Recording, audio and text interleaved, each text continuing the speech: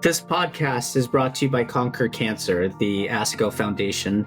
Our mission is to accelerate breakthroughs in life-saving research and empower people everywhere to conquer cancer. Welcome to Your Stories, a podcast where we hear candid stories from people conquering cancer. I'm your host, Don Dizon. If ever a success story personified the American dream, it is that of Dr. Alfredo Quiñones-Hinojosa, or as he's known to patients and friends, Dr. Q, and which I will be using in this podcast. Born in Mexicali, Mexico, and the eldest of 6 children, a young Alfredo found his first job at the age of 5, selling food to gas station customers to help support his family. And by the age of 18, he had earned a teaching license from a local college.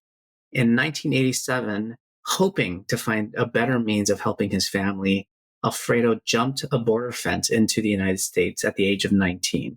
He spoke no English and had no money. After 2 years spent working manual labor, he made a decision. It wasn't enough. He would go back to school, learn English, and build a better future for himself and those he loved. And by 1992, he had earned a scholarship to the University of California Berkeley, where he majored in psychology. Eventually, he applied and was accepted to Harvard Medical School. After earning his medical degree, he began his career as a neurosurgeon in 2005 at the Johns Hopkins Hospital in Baltimore, Maryland. And today, he is the William J. and Charles H. Mayo Endowed Professor, Chair of Neurologic Surgery, and the Dean of Research at Mayo Clinic. Not to mention, perhaps most importantly, a former Conquer Cancer grant recipient whose research focuses on finding a cure for brain cancer. Dr. Q, thank you so much, and it is an honor for me to meet you. Thank you so much for making time to be with us today. My dear Don, thank you for having me. And you mentioned my being a former recipient.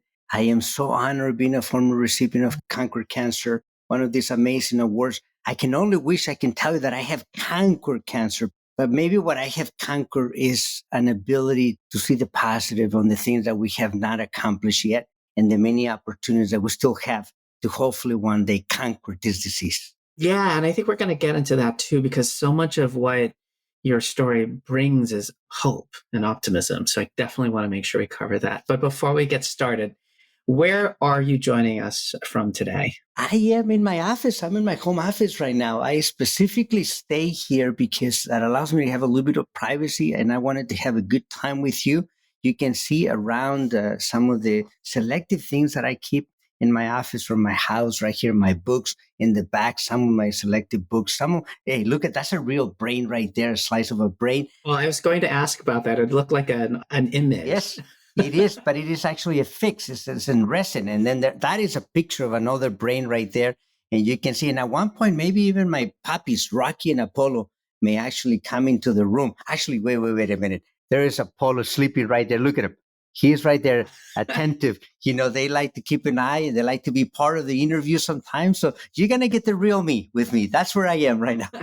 Well, I had to close the door to my office because the same thing happens with my cats, who seem to love the keyboard on my laptop and like to plop right down. So we have a very much in common in that regard as well. So Dr. Q, to start, I read that part of the inspiration behind your career was your grandmother, who was a curandera, or village healer in Mexico. So looking back, how do you think that influenced your decision to pursue medicine? Because, there are these contradictions as well as parallels between healers and Western medicine. Looking back, how did that all influence you? I think it was very simple, Don. First of all, if you look at pictures of me nowadays and you look at pictures of my grandmother, as I get older, I begin to look more and more like my grandma. And I had an amazing relationship with both my grandmother from my paternal side and my grandfather. They were the yin and the yang. My grandfather was a dreamer. He would allow me to explore the world. And my grandmother was the one that would put the limits and then we put certain restrictions and would allow me to follow more of a discipline. So I inherited both from both of them a certain way. But what I saw very early on, and I never forget, maybe I was about 4 or 5 years old. I remember being at my grandparents' home because I was not the firstborn and I was not the last born. I was somewhere in the middle of about 57 grandkids that my paternal grandparents had. My distinguishing feature is that I was the one that got into the most trouble all the time. So somewhere my grandfather, my grandmother took a liking on me. Probably my grandfather saw the spirit of a dreamer on him through me. And my grandmother saw the spirit of caring for people because she was an amazing caring woman. And I remember being at the house and seeing people coming in and pay their respects. So she was the town healer and the midwife for those areas and delivered so many children and took care of so many people. And she has so many opportunities to go into the big city because we live in the middle of nowhere in rural communities that she never left. She kept providing service. So she was highly admired and I saw the love and respect. But she was also a tough woman. And I think that myself, I have that part of me that a lot of people see the smiling face, the jovial personality. But behind that, there's also a very firm and tenacious person who likes to make sure that everything is perfect for patient care, and who doesn't settle for anything else but the best and perfection and what we do for patients. Because even in the middle of that perfection,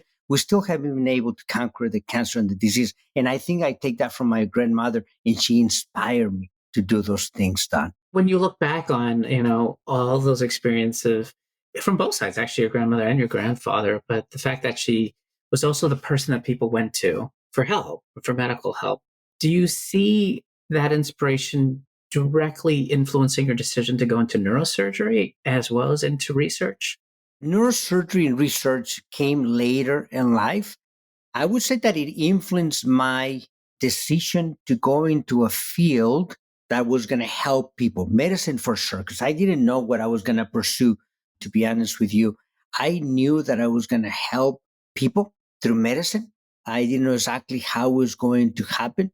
And I think that that was a direct result of seeing my grandmother caring for people and giving her best to them. That was as simple. The neurosurgery and the research came later. I don't know if it was serendipity or chance, but it came later in life.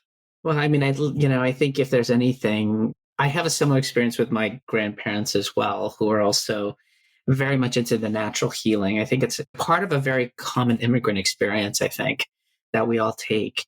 But it was also that curiosity of what nature can bring in terms of health. For me, it was also this trying to marry that with what Western medicine and the promise of how much more it can bring. And I see, even from your own experiences, sort of you're striving to sort of meld them as you care for people going forward. I would say that, and I can tell that you relate to this, the beauty of what I do is that allows me to see the best of both types of medicine. For instance, there are a lot of natural remedies.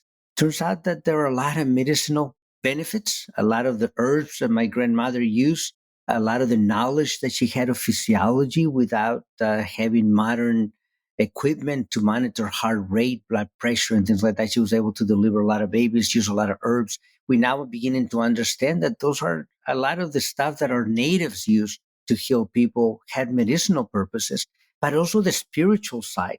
The fact that you believe in things for which sometimes we don't have control allows you to deal with poor outcomes. And I think that I would have to say that a spiritual side of healing, that the moment that you touch a patient, that you put your hand on a patient's shoulder, arm, head, you are beginning to heal their soul. You may not find cures for their disease, but you are healing their soul that is many times as powerful to give them a good quality of life as the medications that you may give. In Western medicine, we emphasize so much medications, therapy, surgery, and stuff like that. And I would say that even in my own experience going through medical school at great places in residency and faculty, we really have not spent a significant amount of time in teaching our young students and our doctors that healing goes beyond the intervention, goes beyond the medicine. And I think that that's where our natives,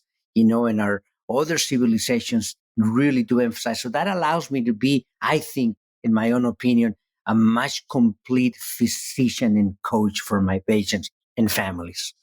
In that same respect, I think applying that lens of spirituality into everything we do is also something that keeps one from burning out, and it's such a topic of conversation today. How do you not burn out? How do you not get so lost in the distress of poor outcomes of cancer progression and end of life? And I hear what you are sort of saying is if you can apply your lens beyond just what you can do for physiological purposes, but for spiritual purposes as well. Not only can you help your patients, but you can also help yourself. I love it. I love it. I'm going to show you a picture right here. Look at this right here. El Día de los Muertos, right?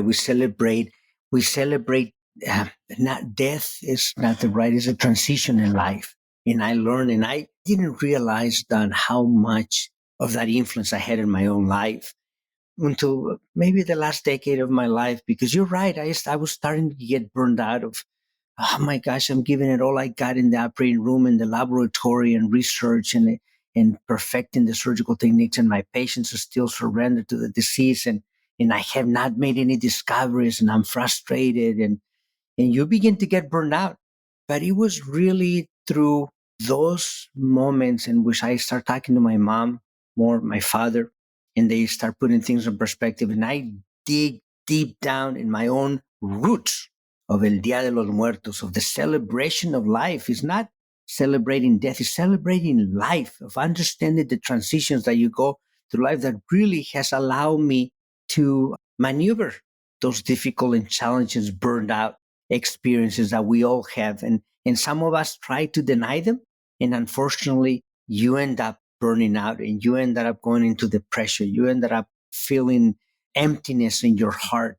And I would say that me relying in those moments in my own roots, it has allowed me to find more fulfillment. And even in those moments of unhappiness and difficult times, I find the positive things in my interaction with patients. When a patient leaves me and they leave this world, I like to think that they touch me and they are touching many other patients. That allows me to reach out to their families and say, thank you for allowing me to be part of this journey.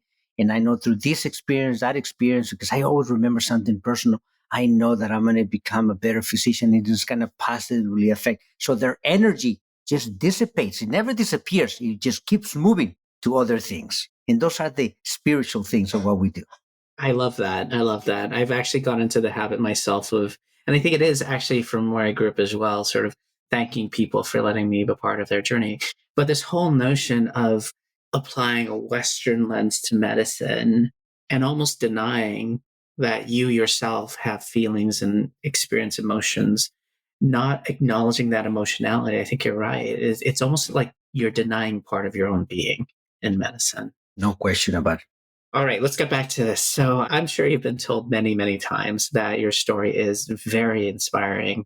And of course, here we are. We are recording this in January of 2024, at the start of this new year, a time when people tend to be particularly eager for inspiration. And also, it's when we seem to aim higher. We have our resolutions and we are lofty in our goals for the coming year. I am sure that a lot of people who will be listening to this would love to know where you found that drive and motivation and confidence, quite frankly, to aim as high as you did, knowing what you went through now. Well, first of all, thank you for your kind words. I would have to admit that we all have our own challenges. And I think that the biggest challenge that I have had in my life, despite of what people may see, confidence and that jovial sort of personality, is that I have a difficult time believing that I have something meaningful to contribute. And I overcompensate by working hard, by getting up in the morning, by going to bed late, by writing every day. I've written a lot of papers. I have a lot of grants. I have written a lot of books. And I think that I overshoot because of my lack of confidence. But thank you for thinking that I am confident. The only confidence that I do take with pride is the confidence that I know that every time I care for a patient, I know I'm going to give them my best. That's the only way in which I am confident the most. I draw inspiration, number one, probably my own roots, remembering what it was like when I was a little boy and seeing my little sister succumb in a developing country to dehydration, diarrhea, lack of access to patient care, and knowing how much that affected the life of my father and my mother, to the point that honestly, it was not until about 3 years ago that my mom and my dad really began to talk in the ways in which this affected their life. So I drew a lot of inspiration of that. And then just fast forward, being a young boy with dreams and aspirations, not really knowing where that was going to come from, and seeing my grandmother taking care of people, that left an impact in my life. And then coming to the United States, feeling invisible many times, as many immigrants feel many times. And why? Because our skin color is different, our accents are different, our language, our culture. But this is a melting pot of opportunities. This country is the most beautiful country in the world. I feel that way. I always felt that way. And I realized that sometimes that feeling of invisibility gives you the strength to keep going forward. And then seeing, of course, fast forward to being in medical school, seeing patients, my own classmates, my own friends, my own relatives succumb to diseases.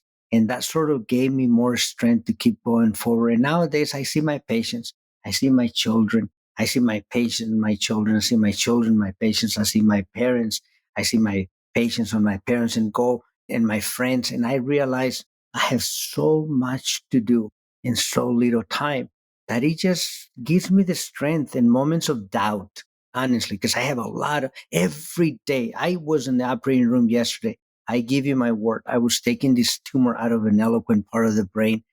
And before I was going into the operating room, I was questioning, am I the best, the most qualified?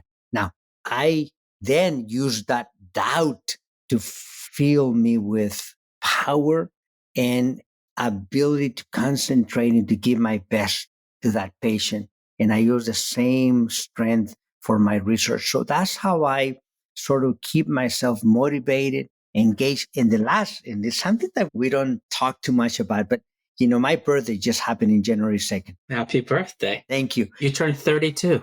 I wish, 56. And it seems like if it was yesterday when I was 32, that's when I actually started my residency.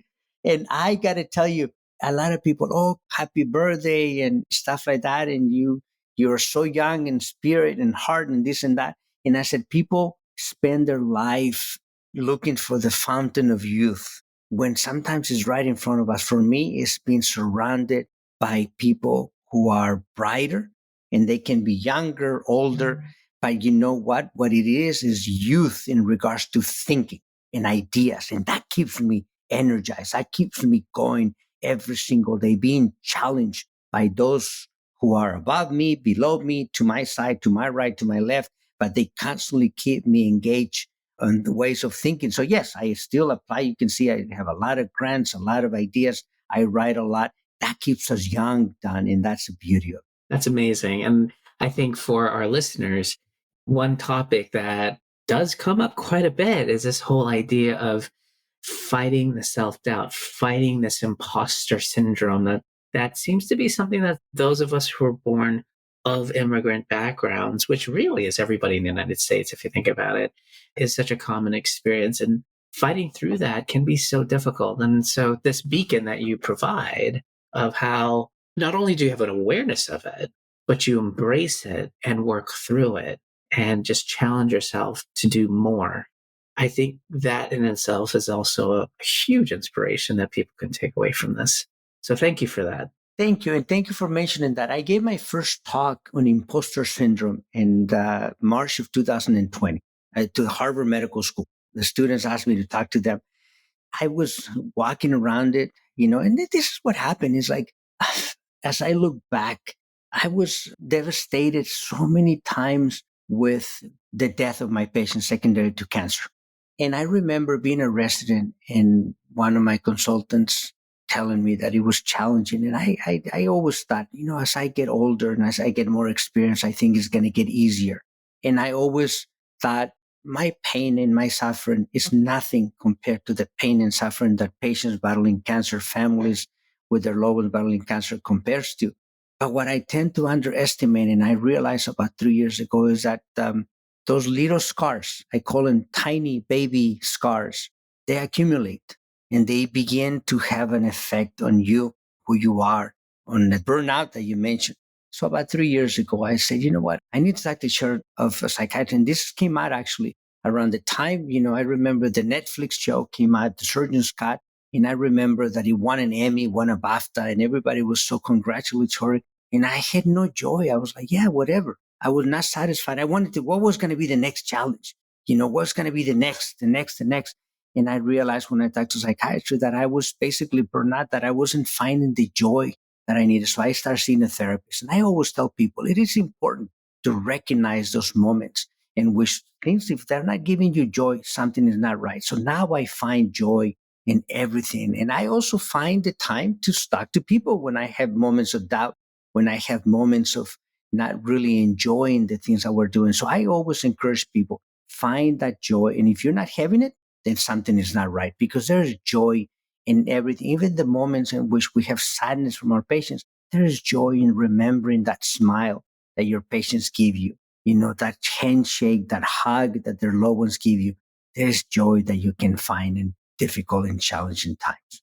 I totally agree. And just for our listeners, the Surgeon's Cut profiled Dr. Q as one of 4 pioneers in their fields of surgery and shared their stories about both their lives and their careers as surgeons. And as Dr. Q mentioned, it is highly honored with both Emmy as well as a BAFTA. So congratulations on that as well. Thank you. Well, they did it. I actually was just having lunch with Lucy in London. She was the director with James Vanderpool, and I was thanking her. I mean, it was a beautiful way in which they told the story, because anybody can tell a story, but put it on video and film in such a way that it inspires. It was also the patients that were there. So many patients that were featured. They were really the true unsung heroes, and we're blessed to walk with them in that journey. I think the other thing, Dr. Q, this brings up is I'm noticing how you speak of your patients with such respect. You have not once used war mentality when speaking of them as having lost to cancer. Sometimes I think part of that burnout, part of the scars that we are left with is because of the language that we apply ourselves to the cancer experience. When we tell ourselves that, oh, I lost her to cancer, you're at fault. It's like you're assigning this blame to yourself without even realizing it, because all of a sudden you were in a war and she was a casualty and you couldn't save her. I just think it's really worth mentioning that the way we look at our jobs and the way we look at a cancer experience can influence how we feel about the work we do. I love it. I never thought about it that way. It was subconscious, probably, because I always thought about my role is to be with them in a journey, and it's a life journey, and it's a moment to enjoy. And yes, at the end of the day, we may depart this world physically, but spiritually and energy wise, we continue to be together. I was talking to one of my patients the other day, and I took care of her son when he was 13 years old. And Amador, I can tell you his name, and Veronica, because she wrote a book. She's been in the media, and it was amazing, the moment that he left us and the energy that he continued to have and the effects that he continues. He's with us. So, and I feel physically with Amador and with Veronica, I think that we continue to be part of this journey. It just never dissipates. It's just energy that continues to move and move us as well. So I think about it as a journey that is never ending. And there's opportunity to continue to learn and enjoy life thanks to those interactions that we have. Thank you for that. And I totally agree. So looking backwards then, again, seeing where you are now and where you started, you crossed the border, not knowing any English with very few resources. It is clear to, I think, everyone hearing your story that the kinds of challenges you faced to be where you are, to get into Berkeley and then to Harvard Med and then to train at Hopkins, it was probably filled with challenges, and I would probably say barriers. And looking at it now, not only have you succeeded, but you've also been successfully funded for the research, for your passions, for the questions you believe are really important. And in today's age, with a National Institutes of Health budget that is flat, with pay lines that are just so hard to reach, even for the most savvy young investigator, the struggles are very real. So what advice can you give not only to those folks who don't have the luxury of being born into a third and fourth generation American family, regardless of their background. So, people whose language might be, yeah, something other than English, but also to all of those folks who really are struggling to find their feet as independent investigators, do you have advice for them? I do. This is what I think. I look back when I was in medical school, I was there from 94 to 99 at Harvard. And I remember already talking to Ken Maynard and Chris Ogilvy and Dell Ames, neuroscience, neurosurgeons, and they tell me how difficult it was to get grants from the NIH. So it's a cycle, right? And then I remember being at UCSF as a resident, similar discussions. It's not easy to get funded. I think that we go through cycles. And we're going through a cycle right now where, as you said, the funding is flat, and maybe in a year or two, it will be different. It is our role, of course, as leaders, as scientists, as clinicians, as people like you, through the work that you're doing, and you're already contributing to people learning that what we do is important, that we do more than science, that we do more than surgery. We give hope and healing at the moment when we need it most. And we need to have more people like you and I doing these things. So I think that you're already doing your job.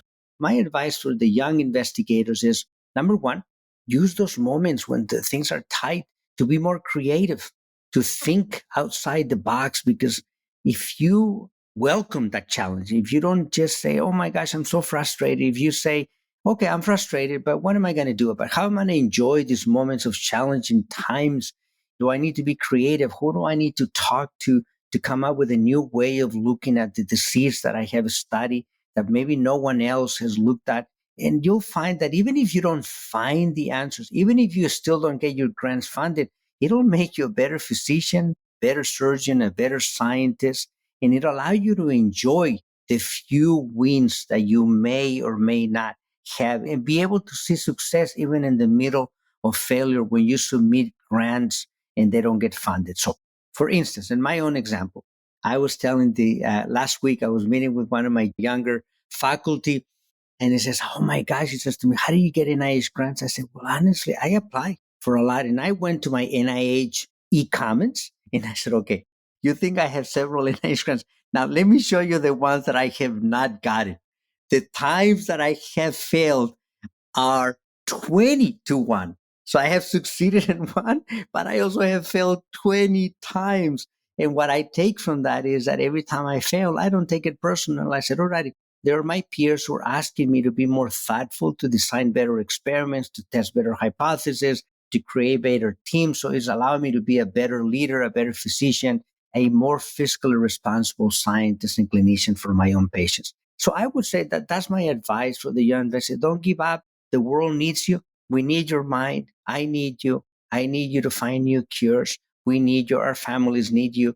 And you have a brilliant mind. Just don't give up. Sometimes we spend too much energy being frustrated and giving up. It's okay to be tired. It's okay to be frustrated, but it's also okay to bounce back and say, I can do something about this. The whole idea, just don't give up, right? Sort of, the road to success is paved with a lot of landmines you're going to hit. That's right. And I think it's so important that young people, I don't want to say young because we are not old either, Dr. Q, but younger physicians oftentimes are just so devastated when that one grant is not funded that it does take a lot to say, it wasn't the time for this one, but put in your back pocket and let's think about how to make it better and let's move forward. And remember, you're not treating the mouse in a lab. You're trying to treat the person that's coming to see you for help. I love what you just, I would say that's probably the number one problem that we have with a lot of young scientists and young clinician scientists is that they are so used to, they were the top of their class in high school, top of their class in undergraduate, top of the class in medical school, and suddenly they work in a lab, they did a PhD, they got a paper published, a huge paper, something. Then they go into their first careers, and very rare. The percentages of those who get their first grant are small. They're not zero, but they're very small. And then they suddenly fail, and dealing with that failure is difficult. My advice is think about our patients. They're battling disease. They fail every time, and we fail in a lot of things that we do, even clinically, even though we may get a satisfaction because we cure this disease or that disease momentarily. At the end of the day, we continue to fail in a lot of things that we do. And I think it's important for us to keep that in mind and not be frustrated and get back and do it again. And I would say that that's what I have seen in my college. Now, as a dean of research, I advise young investigators, submit your grant. Oh, you got a score. You didn't get a score. You didn't fund. Let's find out what they say. Oh, look, they say the X, Y, and Z. Maybe you don't agree with that. That's okay if you don't agree. At the end of the day, that's their perception, and perception is reality. Let's help them understand what you try to say here, what you try to do here, what hypothesis you were testing, what sort of experiment you need to do. And I think that that is my role now as a coach. At the same time as I'm playing the game, I'm also getting my grants funded, and I'm learning from their science, and keeping ourselves engaged as mentors and as role models is very, very important. Yeah, and the idea is important, but so is the writing, and sort of like responding to whatever people feel are shortcomings, because it can be addressed. So I think that's a really, really great point. And hopefully those of us who are still in the game and trying too hard to do it will take your sage wisdom saying, look, I've succeeded this many times, but I've failed far more often.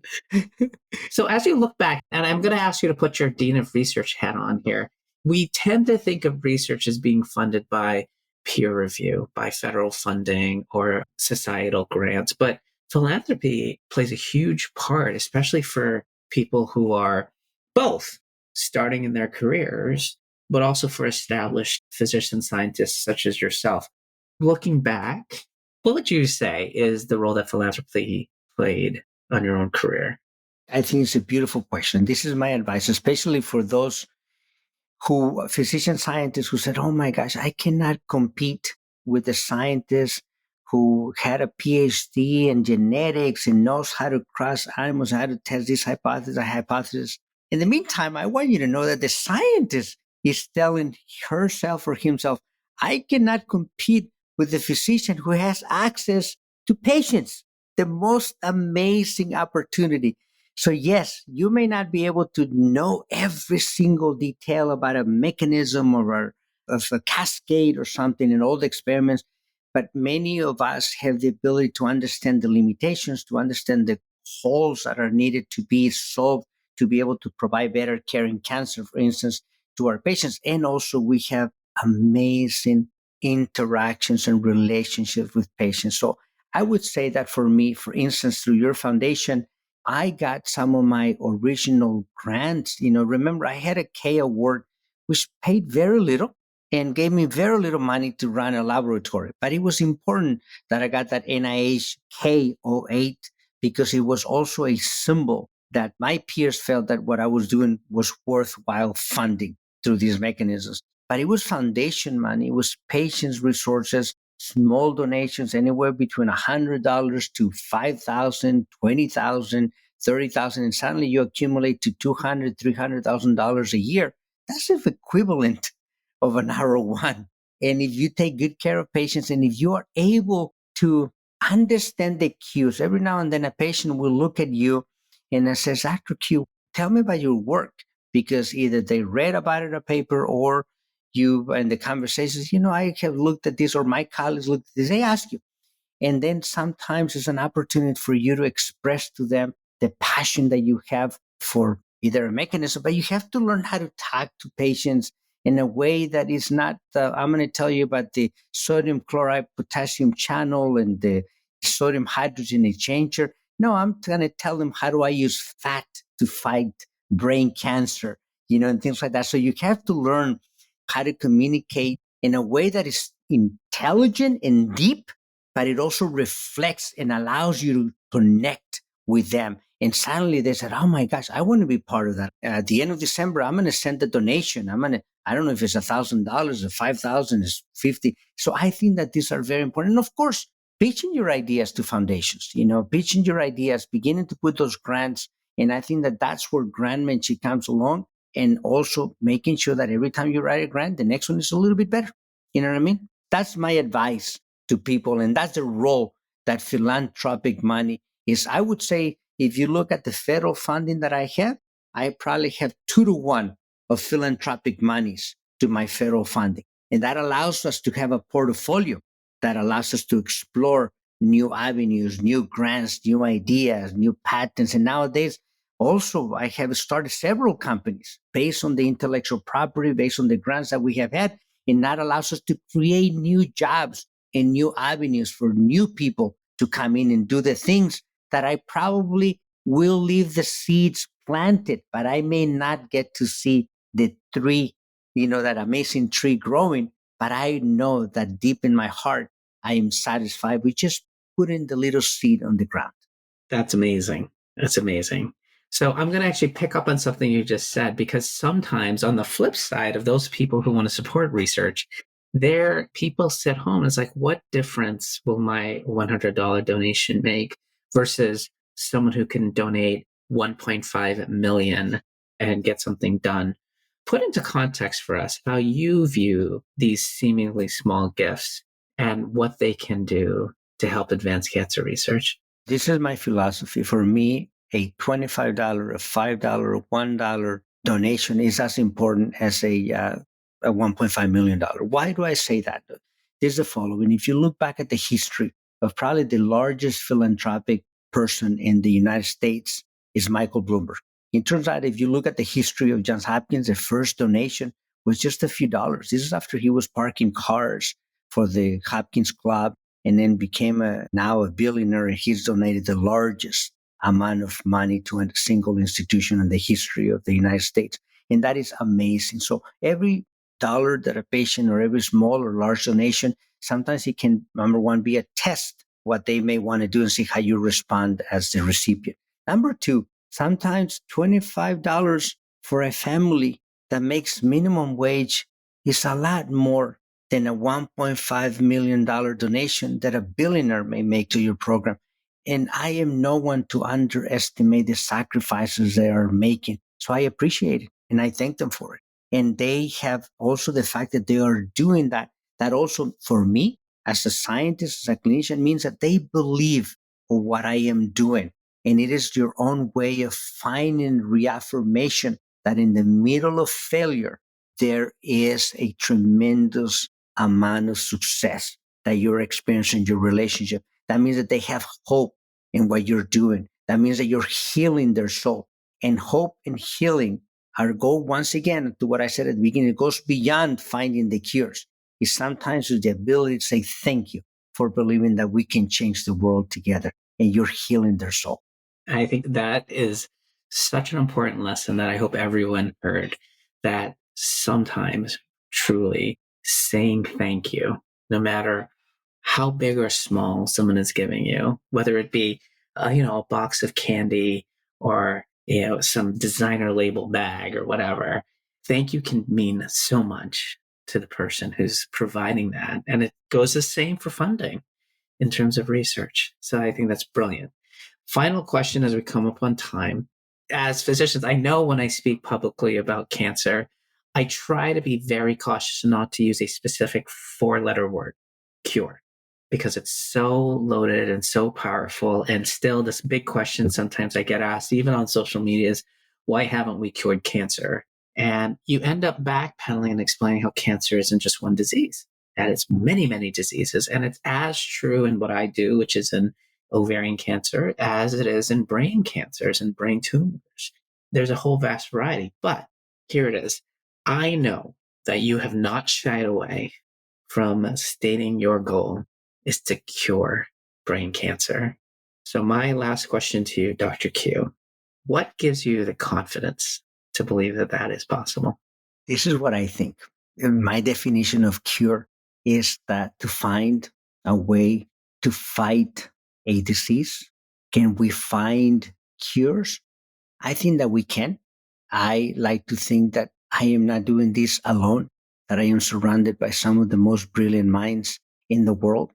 And for me, the fact that I believe that we can cure cancer, it also allows me to give an opportunity to my patients to feel part of something much bigger, to know that every time I go into the operating room and I collect their tissue for our laboratory where we do experiments, create avatars, they're part of history. So I'm already healing their soul. I may not have a cure for them, and I may not be the one finding the cure tomorrow, but by planting those seeds, by allowing them to have hope and healing, by allowing my students, my colleagues see that I can believe that we can find a cure, I make that challenge less abstract, less unsurmountable. And because the moment that you believe that you cannot do it, you already lost that fight. We have to believe that we can do it.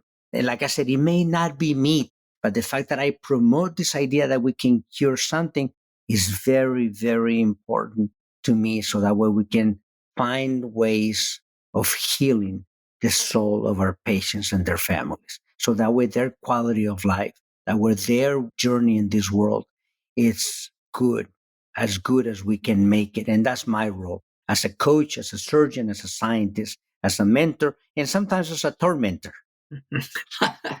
Well, you know what? I think that's what is so, it just struck me just now as you were speaking that I don't know if you realize this, but what you are doing is you're turning cancer not to a war, but you're turning it into a mission. You're not talking about battles. You're talking about a challenge. You're talking about join me in a cure. My mission is to cure rather than we're going to fight this cancer. That's right. That is a wonderful way. And the other thing that's, I think what you say so beautifully, and you've said it throughout this chat, was how intertwined hope and healing are in the way you view medicine. And I think that speaks so broadly beyond just what we do in oncology. And I'm hoping that people take away one of the many lessons that you shared today, but I think that is a really beautiful one. So thank you so much for joining us, Dr. Q. Well, thank you for having me, and thanks everybody for listening. And I look forward to many, many more of your podcasts, many more accomplishments, and hopefully one day we'll conquer this disease, as you said, and we'll continue to make sure that through this work we give our patients more hope and we heal their souls. So thank you for allowing me to be part of this. I am just hoping that in 2024 I have the privilege of sharing a room with you so I can meet you in person. I look forward to it.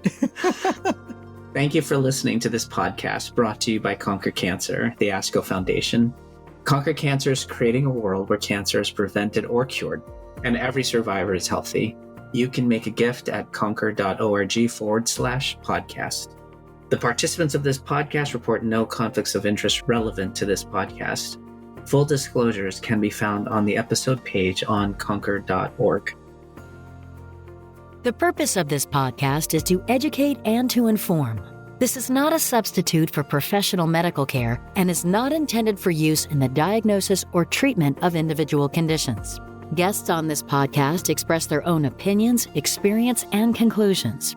Guest statements on the podcast do not express the opinions of ASCO. The mention of any product, service, organization, activity, or therapy should not be construed as an ASCO endorsement.